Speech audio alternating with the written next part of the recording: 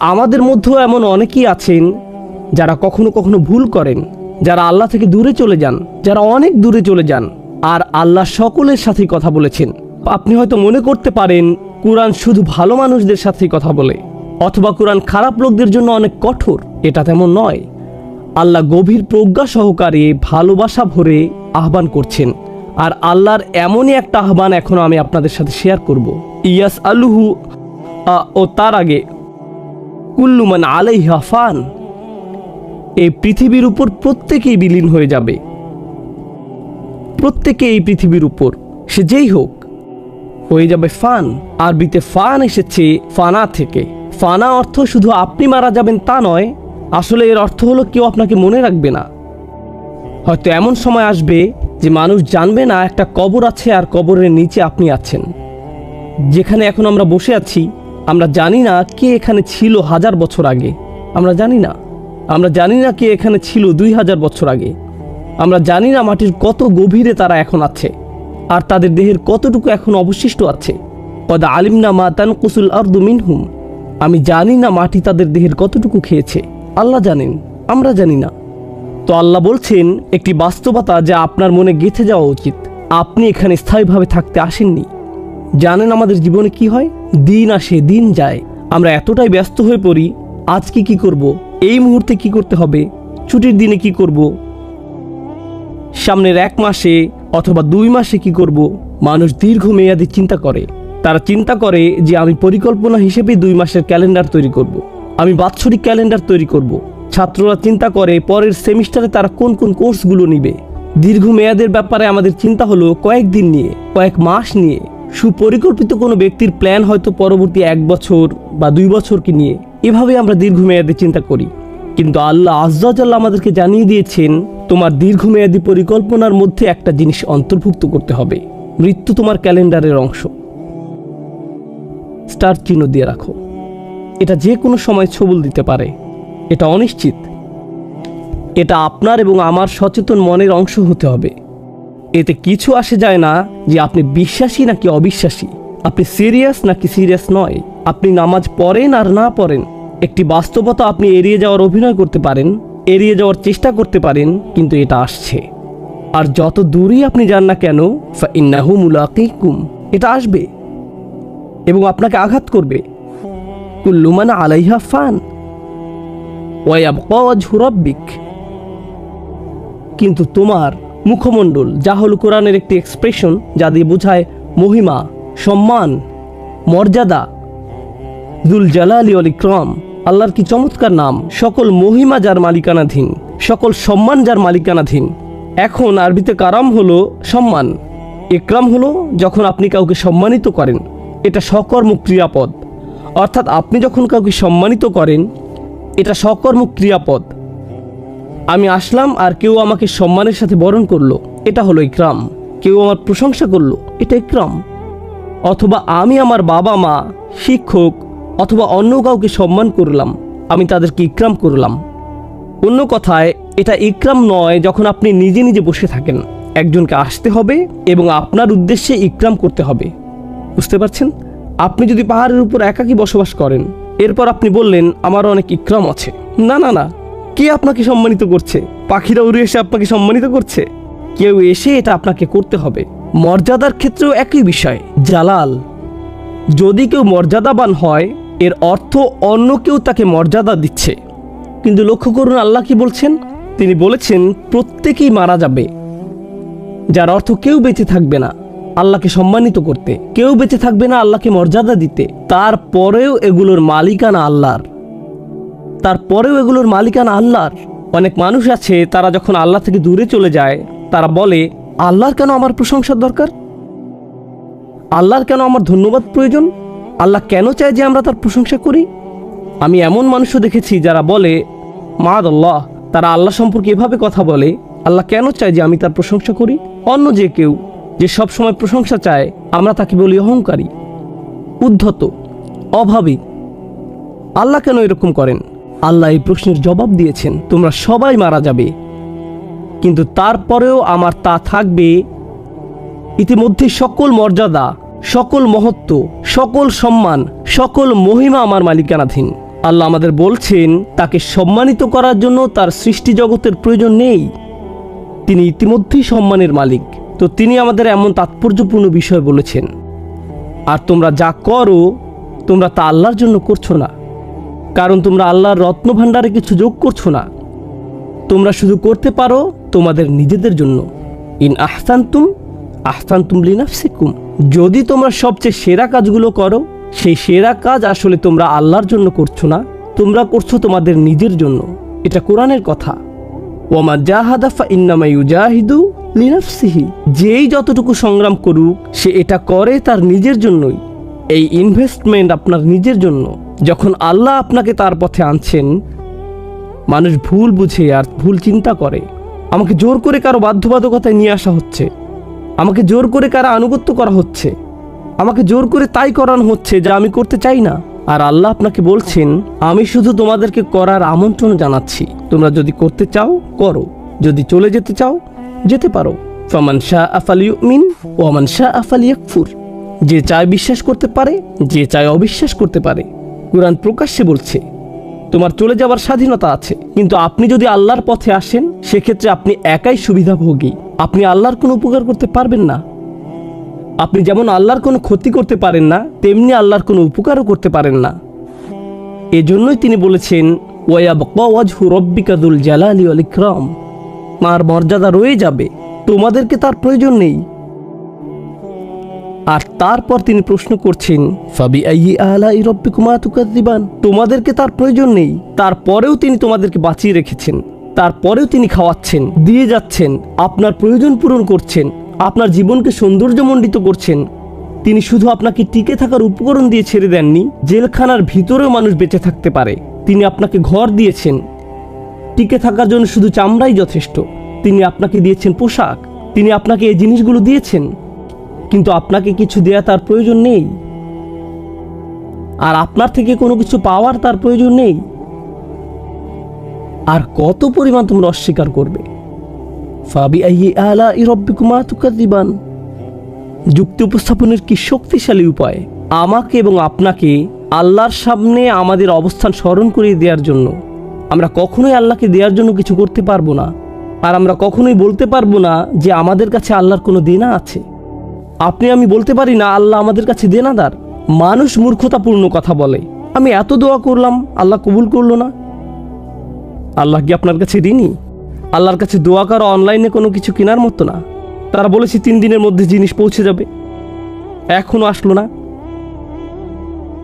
আমি এখন আর নামাজ পড়ি না, কারণ আমি অনেক দোয়া করেছি, কিন্তু তারপরও পরীক্ষায় ফেল করলাম। আপনি পরীক্ষায় ফেল করেছেন কারণ আপনি লেখাপড়া করেননি। আপনি ফেল এর জন্য করেননি যে আপনি দোয়া করেছেন আর আল্লাহ আপনার অর্ডার ঠিকমতো ডেলিভারি করেননি। আল্লাহর উপর এভাবে দাবি আরোপ করার আপনি কে? আল্লাহর প্রতি আমাদের মনোভাব হয়ে গেছে কাস্টমারের মতো।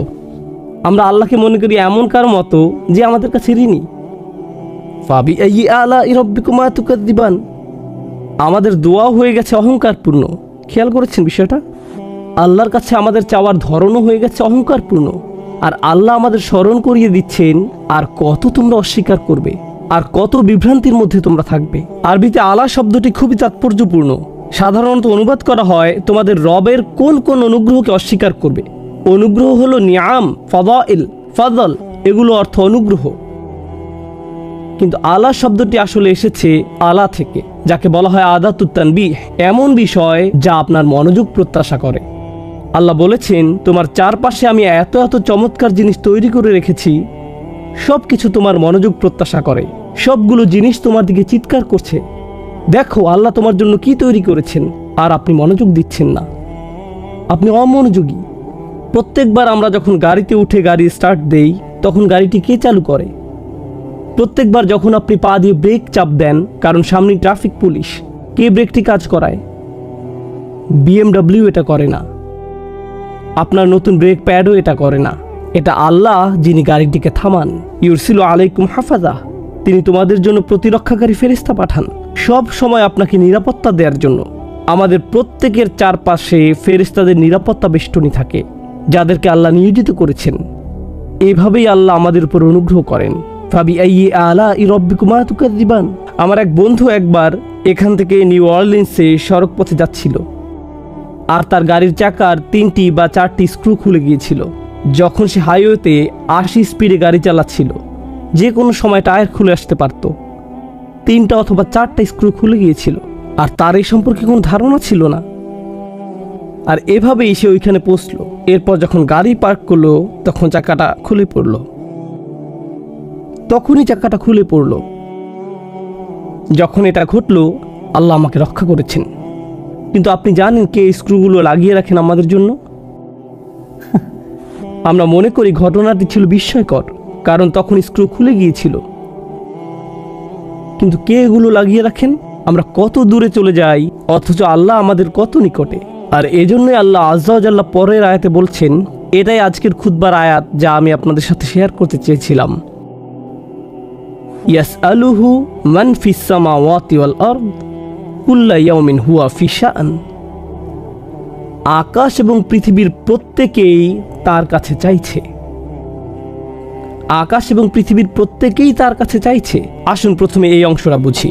আরবি ভাষায় সুআল বা চাওয়া 2 ধরনের। এটি আলোচনার আগে এই আয়াত নিয়ে যে কনফিউশন আছে তা বলে নেই। আল্লাহ বলেছেন প্রত্যেকেই তার কাছে চাইছে। ফেরেশতারা তার কাছে চায়, পশু পাখিরা তার কাছে চায়, আমরা তার কাছে চাই। কিন্তু কেউ এসে বলল, আমি একজন নাস্তিককে চিনি, সে আল্লাহর কাছে কিছু চায় না। আমার একজন বন্ধু আছে যে ধার্মিক নয়, কখনো আল্লাহর কাছে কিছু চায় না। আমার ফিলোসফি প্রফেসর কখনো আল্লাহর কাছে কিছুই চায় না। তাহলে কিভাবে সবাই তার কাছে চাইছে? এজন্যই আপনাকে বুঝতে হবে আরবিতে চাওয়া শব্দটির 2টি অর্থ রয়েছে। একটি হলো সচেতনভাবে চাওয়া, অন্যটি হলো প্রয়োজন। অন্যটি প্রয়োজন। ওয়া আম্মাস সাইলা ফালা তানহার। যে চায় তাকে অবজ্ঞা করো না। এর অর্থ এটাও, যার প্রয়োজন আছে তাকে অবজ্ঞা করো না। এমন অনেক মানুষ আছে যারা অভাবী, কিন্তু তারা চায় না, কাকুতি মিনতি করে না। আর তারা না চাইলেও তাদেরকে আপনার দিতে হবে। আয়াতের অর্থ হলো আকাশের সব কিছু এবং পৃথিবীর সব কিছুরই প্রয়োজন রয়েছে, আর তারা সেই প্রয়োজন পূরণে আল্লাহর মুখাপেক্ষী। একজন অবিশ্বাসী, একজন বিদ্রোহী মুসলিম, অথবা এরকম কেউ যে জানে যে সে খারাপ কাজ করছে যা তাদের করা উচিত না, আল্লাহ তাদেরকেও দিতেই থাকেন, দিতেই থাকেন, আর দিতেই থাকেন।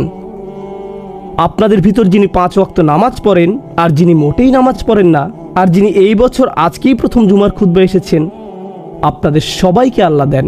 আপনাদের মধ্যে এমন কেউ নেই যাকে আল্লাহ দেন না। আমাদের সবার ফুসফুসি আল্লাহ বাতাস দিয়ে পরিপূর্ণ করে দেন। আমাদের সবার হৃৎপিণ্ডই আল্লাহ সচল রেখেছেন। আমার হৃৎপিণ্ড যেটি বিট দিচ্ছে, পরবর্তী বিট দেওয়ার আগে এটি আল্লাহর কাছে দোয়া করে, ইয়া আল্লাহ, আমি কি আরেকটি বিট দিতে পারি? তিনি এটাকে অনুমতি দিচ্ছেন। এই হৃৎপিণ্ডের অনুমতি প্রয়োজন। আমার শরীরের প্রতিটি ধমনীর অনুমতি প্রয়োজন। এর প্রয়োজন আল্লাহর অনুমতি। আর আল্লাহর অনুমতি ছাড়া মা তাসকুতু মিন ওয়ারাকাতিন, গাছের একটি পাতাও পড়বে না, যতক্ষণ পর্যন্ত না তিনি অনুমতি দেন। আমার শরীরের একটি কোষও নড়বে না তার অনুমতি ছাড়া। আমি আল্লাহর বিদ্রোহ করতে পারি। আল্লাহ আমার আত্মাকে সুযোগ দিয়েছেন আল্লাহকে ভুলে যাবার, যা খুশি তা করার, যা খুশি তা বলার, যেভাবে খুশি টাকা উপার্জন করার, যেমন খুশি রিলেশন করার, শুক্রবার রাত যেমন খুশি কাটানোর, শুক্রবার দিনে আলহামদুলিল্লাহ আল্লাহ যেমনটি চান আপনি তেমনটি কাটিয়েছেন। শুক্রবার রাত্রে এবার শয়তানকে দিয়ে দেন। ছুটির সময়টাকে পরিপূর্ণ করেছেন, 2 দিক সমান করেছেন। কিন্তু আল্লাহ বজ্রপাত দিয়ে শাস্তি দিচ্ছেন না। আল্লাহ আপনাকে টেনে হিঁচড়ে মসজিদে নিয়ে আসছেন না।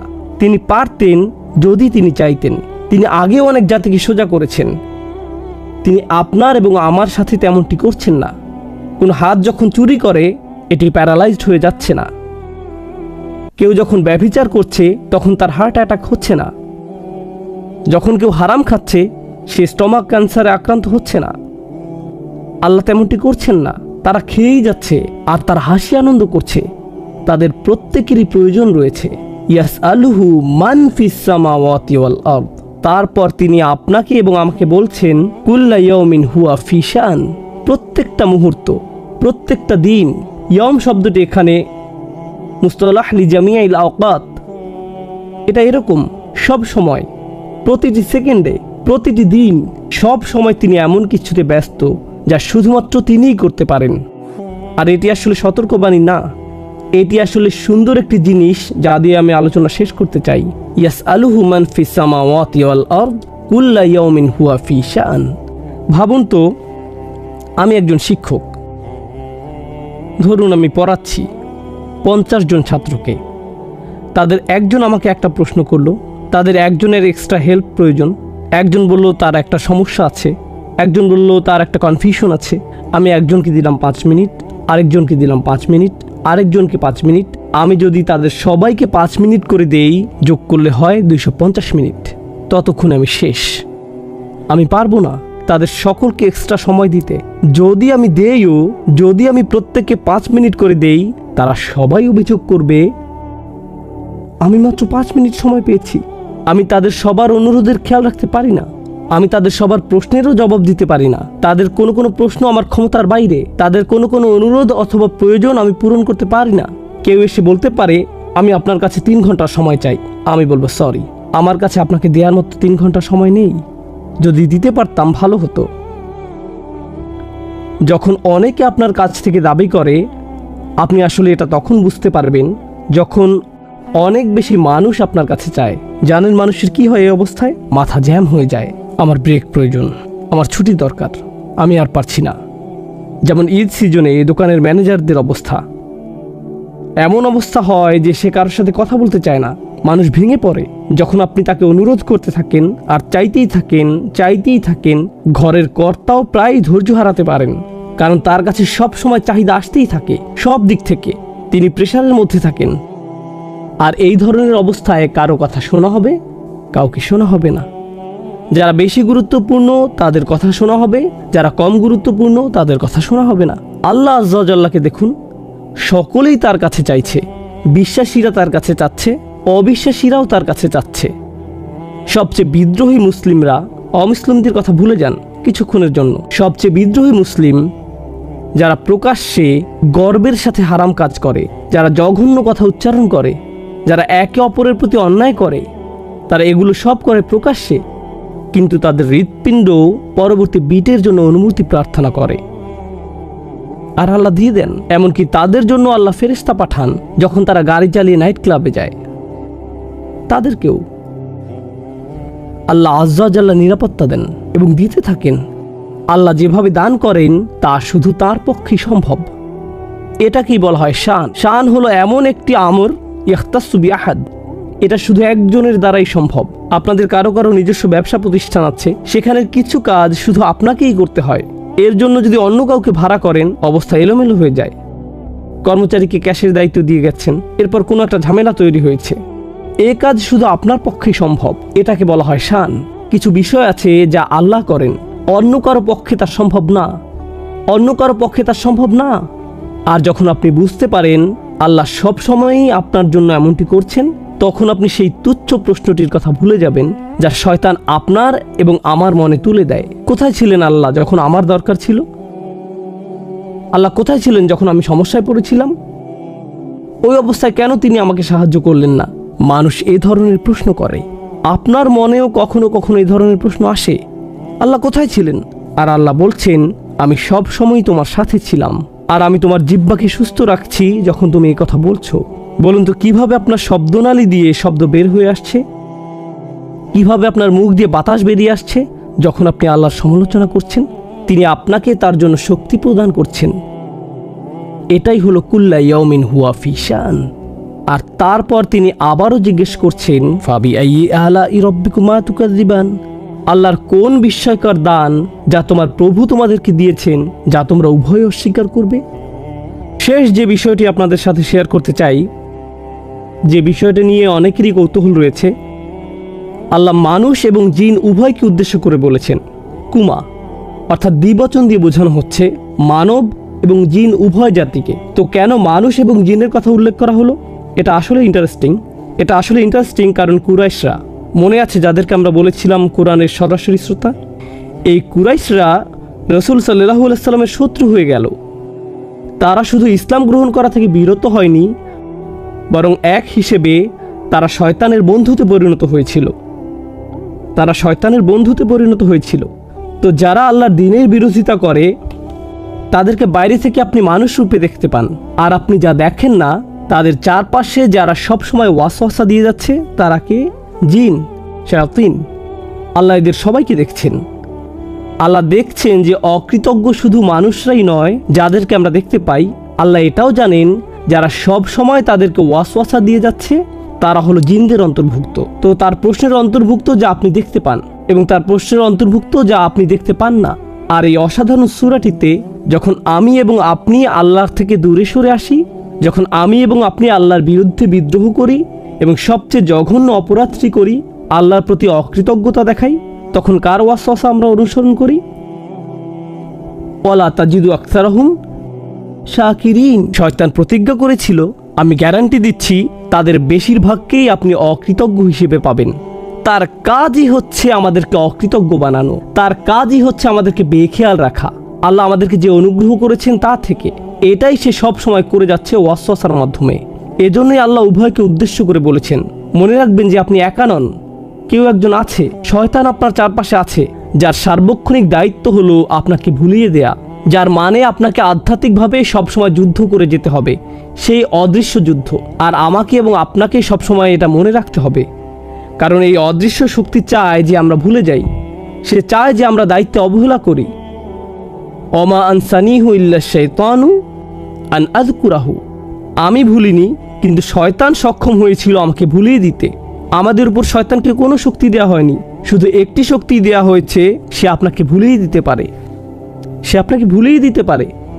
যেমন আপনি আপনার চাবির কথা ভুলে যান, গাড়ির চাবি কোথায় রেখেছেন খুঁজে পান না, ঠিক যখন জুমার নামাজে যাবেন সেই সময় আপনি কখনোই গাড়ির চাবি হারান না, শুধুমাত্র মসজিদে আসার সময় ছাড়া। এটাই শয়তানের চাল। আল্লাহ আমাদেরকে রক্ষা করুন শয়তানের ওয়াসওয়াসা থেকে। আল্লাহ আমাদেরকে সত্যিকার অর্থে কৃতজ্ঞ বান্দা হওয়ার তৌফিক দান করুন। অনেক তরুণ যুবকদের ক্ষেত্রে, যেহেতু সামনেই 31st নাইট, এটা লোভনীয় একটা সময়। বন্ধু বান্ধবরা যখন আপনাকে কল করে বলবে চলো পার্টি করতে যাই, তখন আপনি বলবেন না ভাই, আমি একটা খুতবা শুনলাম, আমি আর খারাপ কাজ করতে পারবো না। তারপর তারা বলবে তুমি আসলেই নিরস, কাম অন চলো যাই। আপনার বন্ধু বান্ধব এরকম বলবে, ঠিক ওই মুহূর্তে আপনাকে চারপাশে তাকিয়ে দেখতে হবে যে কাকে আপনি অনুসরণ করছেন। দিন শেষে কে আপনার উপকারে আসবে? কে আপনার উপকারে আসবে? আল্লাহর পথে চলা কি আপনার উপকারে আসবে, নাকি এই বন্ধুদের সঙ্গ আপনার উপকারে আসবে যারা আপনাকে বলছে কিছুক্ষণের জন্য ভুলে থাকতে? আমি জানি তোমার মনের মধ্যে এটা আছে, কিন্তু কিছুক্ষণের জন্য ভুলে থাকো। তোমার বিবেকবোধকে শুধু ঘুম পাড়িয়ে রাখো। আসো এখন কিছুটা ফুর্তি করে নিই, এরপরে আবার বিবেককে জাগিয়ে তুলতে পারবে। ওয়াতাকুনু মিন বাদিহি কওমান সালিহিন। তুমি ভালো মানুষ হতে পারবে পরে, এখন সময় হলো পার্টি করার। আপনি যদি যুদ্ধ করে এই প্ররোচনার বিরুদ্ধে জয়ী হতে পারেন, আল্লাহর কসম আপনি সবচেয়ে বড় যুদ্ধে জয়লাভ করেছেন। আপনি নিজেকে জয় করেছেন। আল্লাহ আজ্জা ওয়া জাল্লা আমাদেরকে নিজেদের নফসের বিরুদ্ধে জয়লাভ করার এবং তার সন্তুষ্টির পথে আমাদের সত্তাকে সমর্পণ করার তৌফিক দান করুন।